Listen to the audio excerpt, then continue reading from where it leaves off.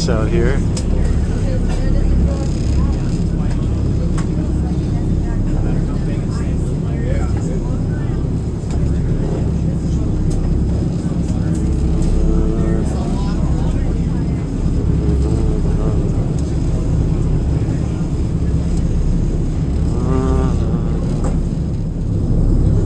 Okay, we're starting to see a little more ice out in the ocean here, or out in the water.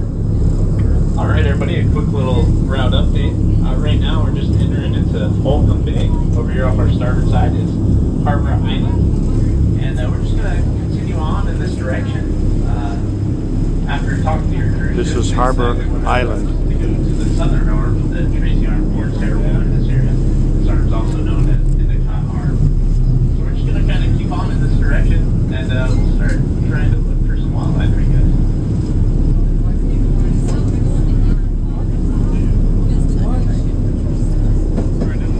Alright everybody, welcome to the Tracy A little bit lower Arm Wilderness Area.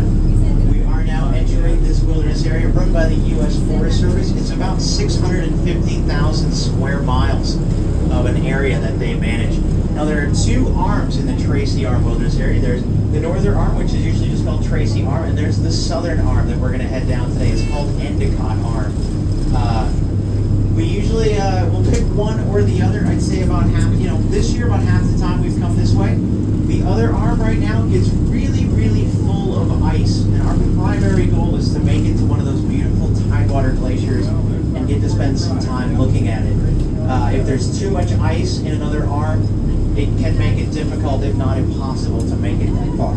So, like you just heard Captain Chris say, we sort of consult with your cruise ship. Ultimately, it's up to them. We talked to them a little bit too. We all kind of determined that the best chance we had to get to a glacier today was to go south. So this is also called Endicott Arm. Still part of the Tracy Arm Wilderness Area. It's basically the same geological kind of area as the other arm is. It's very similar. It's a narrow fjord that ends at a glacier. It was carved out by a glacier.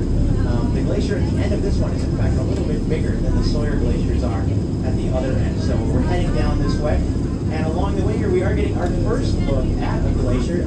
Right here at the 11 o'clock, you can see it's called the Sumdum Glacier. Now it's hanging off the mountains right there. This is called a hanging glacier. And it's called that because it's hanging off the mountainside. The Sumdum Glacier, once upon a time, would have been down to the water, but has since receded up the mountainside and now is hanging down. It's beautiful to look at it today, at that blue and white ice coming down the mountainside. The Sumdum Glacier is named after the Sumdum people, which was a tribe of local Alaska Native folks. They're called the Tlingit around here. And Sumdum was the name of that tribe, and it basically translates to Dungeness Crab Town. So there were a group of Alaska Natives who lived in this area and would get catching crab around here.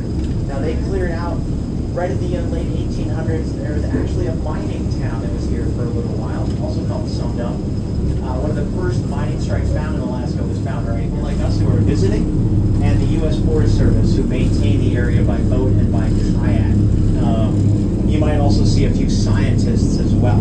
But we are heading down here towards the south arm. Now, this is not the arm that's on our route maps. We're off the map now.